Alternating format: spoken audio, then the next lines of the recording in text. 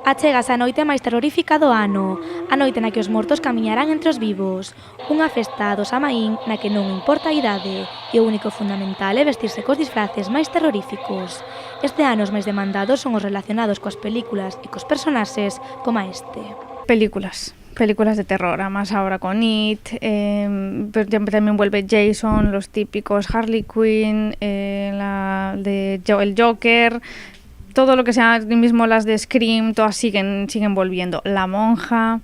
Y luego también, aparte de eso, son los típicos que te vienen ya por el disfraz de todas las licencias y películas, pero luego mucho con las catrinas o los esqueletos, por supuesto, pero muchos de complementos. A variedade de disfraces aumenta cada ano, pero polo xeral os prezos para converterse nun ser terrorífico como este soen oscilar entre os 10 euros e os 40. De disfraces te pueden ir desde 10 euros hasta, si lo quieres más completo, pues hasta 40. Luego ya, si es simplemente con kits, lo mismo, desde 2 o 3 euros que te puede costar pues un collar, una pulsera, un kit, hasta el kit completo que te viene con collar, pulsera, para la cabeza una diadema, pues por 9 o 15 euros.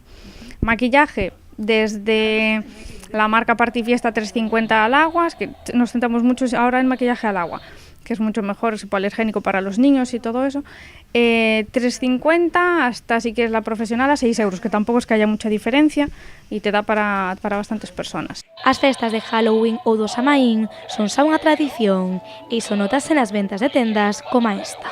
Como cada año, la verdad es que se está cada vez vendiendo un poco más, tanto si sea por Halloween o por Samaín, que aceptamos todas las fiestas, todo el mundo se anima bastante. Hay mismo los cumpleaños, y cuando hay algún cumpleaños de un niño, pues lo decoran ya tipo Halloween. Hay más familias que decoran las casas, se está empezando a llevar más lo del truco-trato.